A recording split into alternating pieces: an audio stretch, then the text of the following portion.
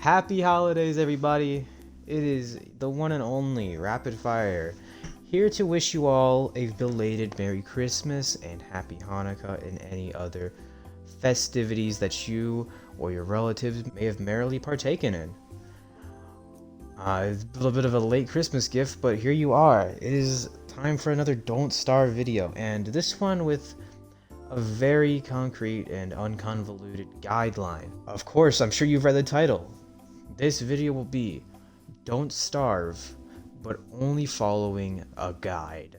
Now, for this I have handpicked 3 guides, and I will be following them very strictly, making sure to do every little nuance and small condition. Of course, I don't want these guides to be seen as, fruitless. In fact, I actually agree with most of the concepts of the guide. However, I will be sharing my 2 cents on what I think a guide could be doing better in my own personal idea of how to change and revise it to a more noob-friendlier stance. Another thing I do want to note is I am just coming off of a cold, so if you do hear a few remnants of maybe a cough or a raspier voice as a result of it, not much I can do about it. I'm too jolly right now, of course. I'm way too excited to record for you. I'm back. It's been 4.5 months, might be 5 months by the time this video gets out. It'll probably be New Year's as well when this video comes out, so if that is the case, Happy New Year's. I hope you all had a decent 2022. I hope you exceeded your personal expectations and that you increase your own this year. Whatever they may be, I hope that you find and achieve a very respectable and reasonable goal. That'll be all. So, the first guide I picked out was a getting started guide from IGN's. I'll find the author and put it there. I don't remember the author's name. But this guide helps, or claims to help, new players in their survival, uncompromising environment. So, I'm going to be using this guide very strictly and seeing if it is truly a good guide to follow. With our niceties out of the way, let us get started. I'm going to be picking the most noob-friendly character to all, of course, that being the Gentleman Scientist Wilson. Additionally, I'm going to be playing with a novice understanding of the game, not trying to supersede the guide's instructions. So, we have landed ourselves in the scary, uncompromising world of the Constant.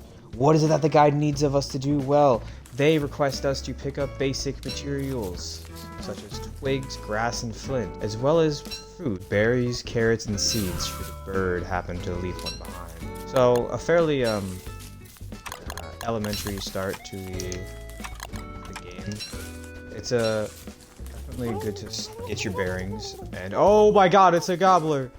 Well, unfortunately, the guide also states that if we were to find a gobbler, it's best to leave one alone. However, this is a thing I have a gripe with, because there's a common tactic of placing a berry down and having the gobbler walk towards it, in which case you can kill the gobbler. But of course, a guide is a guide and we must stay focused. So, alas, let us pick grass, twigs. We're going to be needing a flint too. Another problem I have with the guide is how it states that when you come across your first flint, you immediately make an axe instead of saving up for 2 to make a pickaxe. This might serve as an issue because it ensures that you won't have a flint shortage on your first phase of survival, which is, imperative to save a lot of time. But we're going to be using this nightfall to get ourselves a lot of wood and grass to make a campfire. I'm noticing a spider in the distance. Another thing that the guide told us to do, should we come across it, is that with an axe in hand, we must take down a spider. Not a spear, not any other weaponry, an axe. So, Mr. Spider, your time on this world has lasted far too long, you wretched filth. Die! Succeeded in that. Does this one want some? Okay. Get here, bro! Axe for the win! Also, I'm going to be starting to pick up flowers for a garland, another thing that the guide tells me to do. Not necessarily a gripe that I have, as I don't think the garland is a very, unnecessary item. I also do understand that there's much more conservative ways to get your sanity. As long as you understand how not to go overboard in this game, and, you know, give and take, then I'm certain 12 flowers for a garland will keep you satisfied with your sanity for the first few days. Let's cut down this tree and let's make our campfire. Boom, we have survived our first night. However, we have not finished everything yet. First order of business, we must replenish the campfire to its full maximum brightness. So that way we can, and I quote, gather things around the outskirts of the camp. Not an awful idea, I'm going to break my axe right here. The next things. It claims that we must cook our berries and seeds in order to replenish our hunger. We've now managed to get ourselves roasted carrots, berries, and seeds, all of which I think have pretty much have all faster spoilage times, and the first night is not that helpful, so I wouldn't recommend cooking all of them, but the guide is the guide. And lastly, I'm sure you all understand the obscenity of this next item, as I explained to you why the guide asked for me to craft it. But using 10 grass and 2 twigs, I will fashion myself a grass suit. This grass suit will offer me a rudimentary protection for now, but as for, you know, actually good use of your resources, it's about as bad as it comes.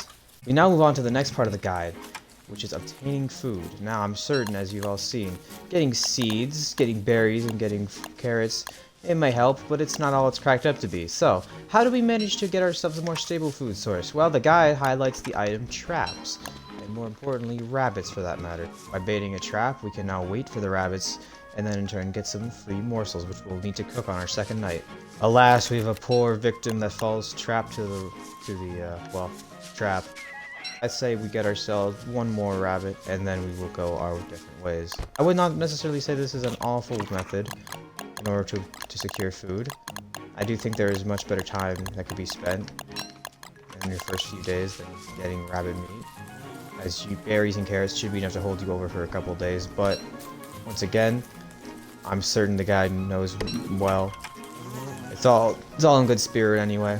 Due to a lack of direction for the second day of Don't Starve, I've pretty much done more or less the same as I've done last night, and just was around gathering all types of resources. Anyway, let us place our second campfire down.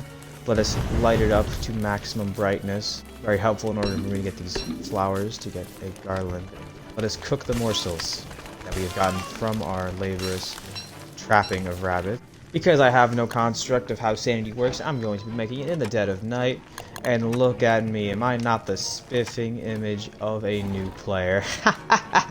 If this is not your image of a new player, you've really got some reconsidering to do. I'm noticing that there's some frogs in the local area. Frogs that I need to kill for my guide. I am just gonna pretend I know how to kite a frog, by the way. Anyway, we have managed to secure 2 frog legs, and why that is important you will see much later, and it is a very stupid reason, I assure you that. Anyway, for the most part, I think we are more than less ready for the next part of the guide, which tells us that we need to find a great place to base in order to set up shop and secure ourselves a good foothold into the constant. Now, what qualifies as a good place to find a base is one that they describe as rich in basic materials. I don't necessarily understand why we have to find a place rich on materials, because you can simply reallocate said materials with a shovel. However, much like the customer, the guide is always right. And, well, we gotta find ourselves a good place to set up base. Let's send it over to Future Rapid with a good place to base. Looks like somebody didn't follow an IGN Don't Starve guide. Well, boys and girls, I think I found myself a good place to base. It is the evening of day 4, and having explored around a bit, I think I found a very nice place, ample with a lot of basic resources, close enough to certain biomes and certain waypoints that I might need in the future, and of course, fairly close to the portal because I didn't move too far. So, according to IGN, what exactly do you need for a really upkept base? IGN only requires 5 things for a well-kept base. A fire pit, a science machine, an alchemy engine, a crock pot, a farm, and a beehive. And yes, I am gonna place this right next to my base because I have no social construct on what a base should look like. Suck it. Meanwhile, let's check out our garden. Yes, yes, a lot of good plants, I'm sure. A lot of great plants, I'm sure. This part is so funny. I'm sorry, I just have to read it out to you guys. There are several recipes to discover, but for now, we'll make kebabs! This delicious dish can be made using frog legs, 2 berries, and twigs. Come back after a while and dinner will be served. Well, it just so happens I'm starving out of my mind. Oh, the only thing that could save me will be some kebabs. This is gonna take a while. I'll be right back. And like the guide states, dinner will be served. It's the one and only kebabs! Oh, gracious, juicy lunch on a stick. How much we... Yeah, bro. Wait, why is there a bee in dust? Anyway, kebabs, am I right?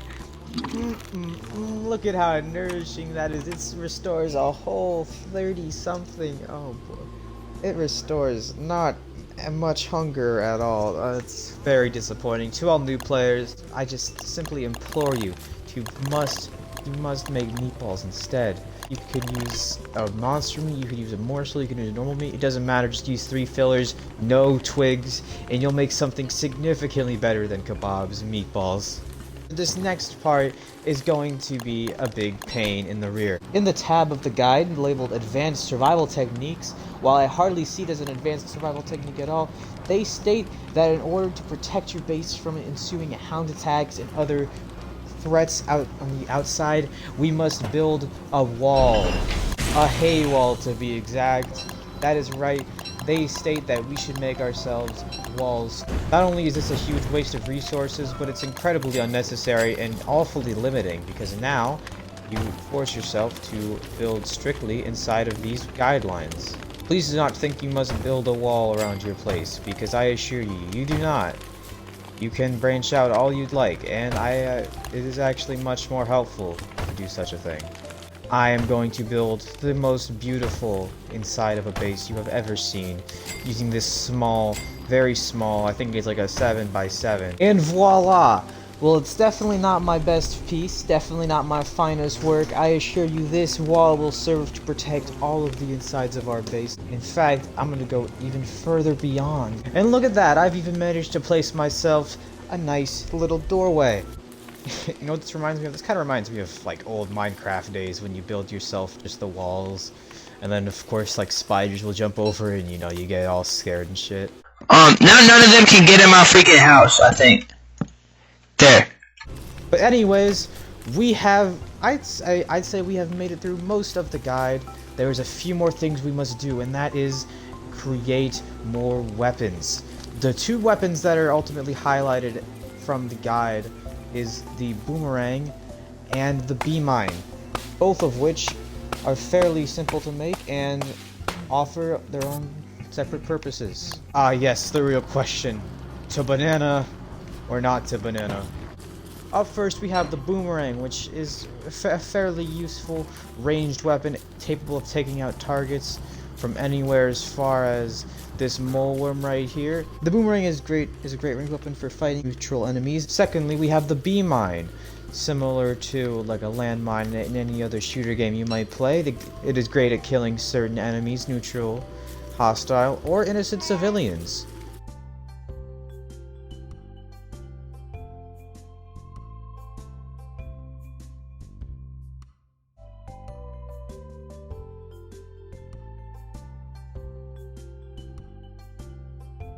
And let us get right into it.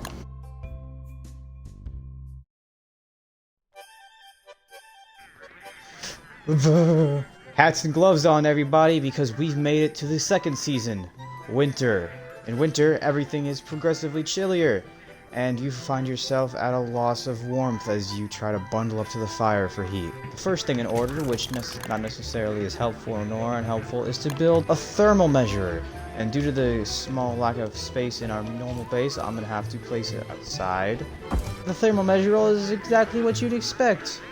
It'll measure what the temperature is and when or when not spring may be approaching. I don't necessarily build this all the time. I don't think it's very helpful. But if this is what you'd like to do to your base, make it look nicer, whatever you gotta do. Next up, It states that, well, ideally, we would like to stay near our base according to the guide, but should the need rise for us to explore, we will need 3 things. A tier 2 light, a thermal stone, ideally warm, and some warm, cozy winter clothes. Well, I hope this is enough, because it's all I've got. I also do have a thermal stone, but for now, we're going to be relying on our own personal base for heat. Beefle Hat is also really good with insulation, so I think we will find that surviving winter will be a breeze. When Deerclops comes, the guide's advice is to not fight the Deerclops, but rather run away, seeing that this is outside the scope of the guide, but we should give it a try. Well, my friend, I am but a Day 14 Wilson. I am not ready to fight an enemy as strong as he. However, I do want to fight Mactoss with a ranged weapon like a, you guessed it, boomerang. We'll definitely make our way to Mactoss sometime this winter if we could find him. Unfortunately, I have not been able to find him thus far. But that does not mean he is off the hook. Looks like I left an axe back here. I will say, compared to autumn, the other 3 seasons will go by much, much faster. So, we have very little time to achieve what we need to do. Let's make sure that we do it. I'm getting a strong feeling of Mactoss. Snow is in the air! Never before have I felt such a strong urge to sing some beautiful Christmas carols. Tell you what, I could have been a choir kid. I never tried. Never really felt like doing such a thing. Thought it was outside of my board. Thought it was outside my boundaries, you know. But Chester, what could an Eyebones doing here? Look at that. Ah yes, another cold, isolated winter night alone. Without Mactoss's head by my side. Alright, so, it's now the nightfall of the next day, but I have been able to find, I have been able to locate the Mactoss camp. Now, for this to work, I'm gonna need a plan of which Chester is involved. It's simple. We place a bee mine. Mactoss will walk towards Chester, and when he gets hit, oh. Now he's oh. Let's go here. Let's go. Let's go, Mactoss. Let's go. Look at me. I'm gonna kill you. Die. Wait. Die. Let's go. We got a walrus tice. We've successfully killed the Mactoss and been able to extrapolate a walking king from it. Also, as I come back here, I noticed the bee mine was activated, but I think it was probably from the hounds due to the fact that there's 1 hound tooth and 4 bees on the 3 bees in the area. So good job, bee mine. Very good investment. But yeah, as you saw, my plan just went to complete shambles as soon as he walked a little bit to the left. I had a really good plan too. I was gonna have the Mactoss walk into the bee mine to shoot Chester, and then I'd hit him with the boomerang, and then chase him with the axe, which kind of half worked, I suppose. I didn't even catch the boomerang. Regardless, I think that's gotta be most of the winter done, unfortunately. I have set all the seasons to very short so that I could at least show you some gameplay from the 4 seasons. Unless Deerclops is to show up soon, which I doubt. Oops, this will end this season of winter. For the rest of the winter, as stated by the guide, oh my, we're gonna be needing to make ourselves an ice box. An ice box is good, so it slows food spoilage. For the rest of the winter, we're gonna be needing to fill this ice box with ice, which never spoils inside of one. And that is exactly what we will do. The first guide, the IGN guide, did not even do so much as mention an icebox. Oh, IGN. I would, however, heavily recommend that you get an icebox on your playthrough if you can. However, I know you might not be comfortable fighting a rook or a knight, so if that is not the case, either challenge yourself to do such or get gears another way. As the last flake of snow drops from the sky, a bluish-greenish tint fills the screen, and that is when you know it is spring. I say I definitely may not have had the most productive of winters, but I am ready for the ensuing season of spring. Oh look, my bees have taken on a red tint. I sure hope they don't have any quarrel against me. Ow! Oh fuck! Oh fuck! Get me out! Get me out! Get me out! Okay, so I've managed to, let's just say we stole our senses there for a second and managed to get back on track. Anyway, a very poor display, a very poor showing, but truly the only ice I was able to find was the ice near our base. So, this is our farm, everybody. I'm sure most of you already have forgotten it. In spring, our farm is a very big focal point in making sure that we do not starve to death. Due to the weather of spring and the conditions of spring, seeds grow a lot faster. We're going to be needing a specific item, an umbrella to be specific. It'll provide us with a decent amount of rain protection. Thankfully, I think we've managed to survive the blunt of it, and now with the umbrella in hand, we might be able to, dare I say, have an easy breeze. We're currently going through we're going through a garden revision. I hope it's looking good to you as good it is looking to me. I think we're making some pretty swimming process. Spring is all fairly safe and fun and calm and friendly. However, there is one threat to watch out for: lightning. Thankfully, something I'm very appreciative of, the guide takes an effort to make sure to warn the player of such lightning and inform the player that a lightning rod. This is a very good investment in spring, as to make sure that you will not lose your entire base to a stray lightning bolt, and especially a base as compact as this, a lightning bolt is imperative to the base's survival. This guide, I reckon, is the best one compared to the IGN guide, and it is a lot more understanding of the game's concepts and ruling out the helpful and unhelpful. I think this would be a much better guide to use if planning to survive a whole season. So far I haven't come into many disagreements with this guide. In fact, I reckon it's a solid, solid good guide to help you as a new player. Of course, trial and error is very important in this game, and I would not trade my first few days of buying Don't Starve and trying and dying countlessly for anything. So I really do implore you to try and play the game, but if in need of a guide, I would recommend Survive a Year in Reign of Giants. The guide states that Moose Goose is not a threat to us as long as we keep our distance. However, I just want to see if there's any Moose Gooses in the area. I don't see any Moose Gooses in this pond biome. Is there anything we have use of? This is a fairly good start. I'll make my goal this spring to make the most fabulous garden you will ever see. Good job, Chester. And that hall has a reward of us with 8 honey, in which case we can make honey nuggets or honey ham. Neither of which the IGN guide really helped to elaborate on. I'm just saying that we really should make a bee box. And what did I tell you? Look at this beautiful harvest of crops. We've got tomatoes, potatoes, carrots, corn, durian, and even a dragon fruit. This great harvest will amount to a lot of food for the spring, and with help of our lightning rod and other spring creations, I'd say we've made it a solid 3/4 of the way through a year of Don't Starve Together. However, there is only one season left, and that is the high and mighty summer. Let's see what the wiki says we should do for the next season.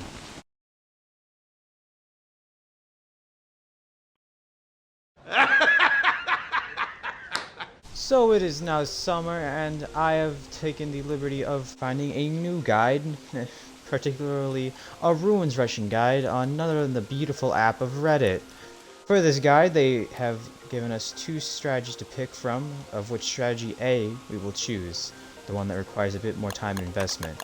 I already managed to obtain many items that are necessary in order to go to the ruins, and that is 4 log suits, a couple football helmets to spare, 1 to 2 hammers, a ham bat, and the most important part of our set piece, the moggles, in which case we will be needing to see in the dark. We have also gotten resources to make a second ham bat, because we will be needing it to fight the Ancient Guardian.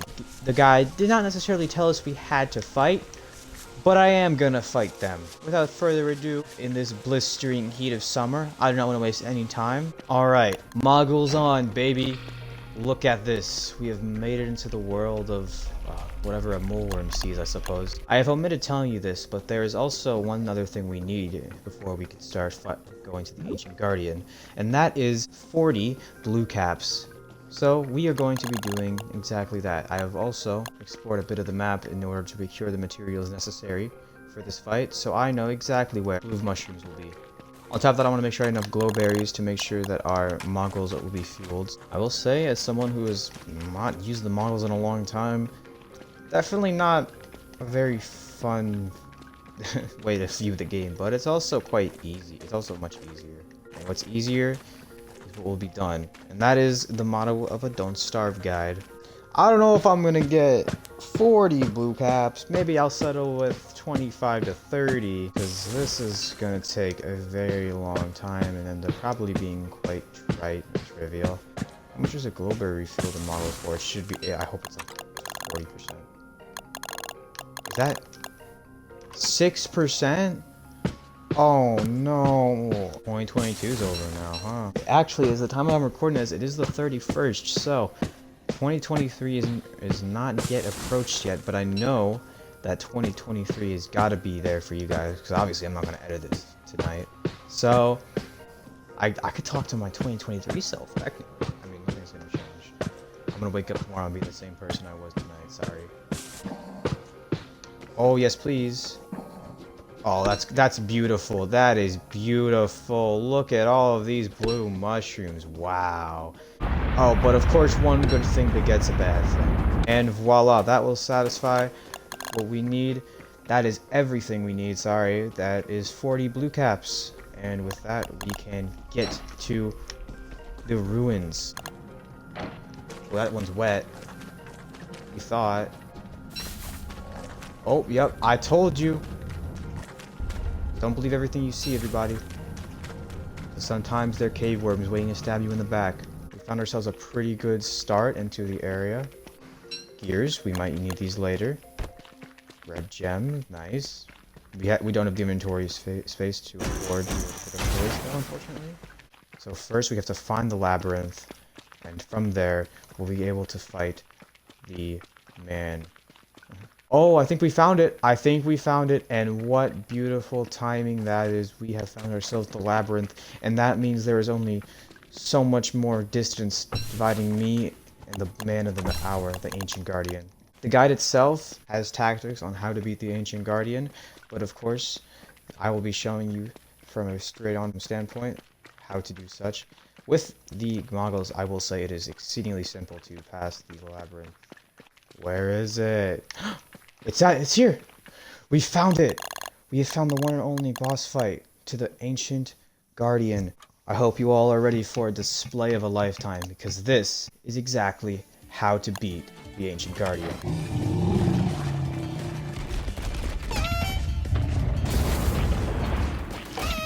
Ah.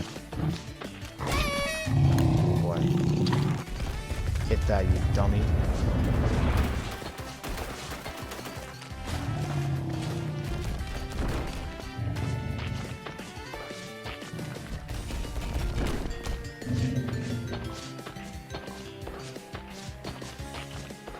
Oh, I'm making mincemeat out of this guy.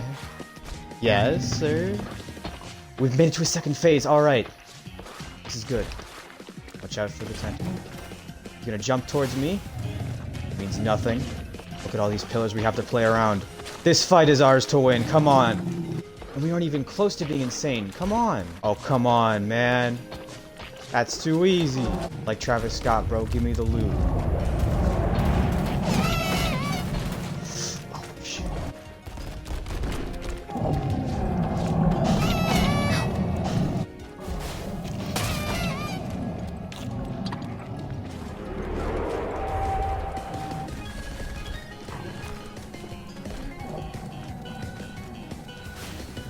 Come on.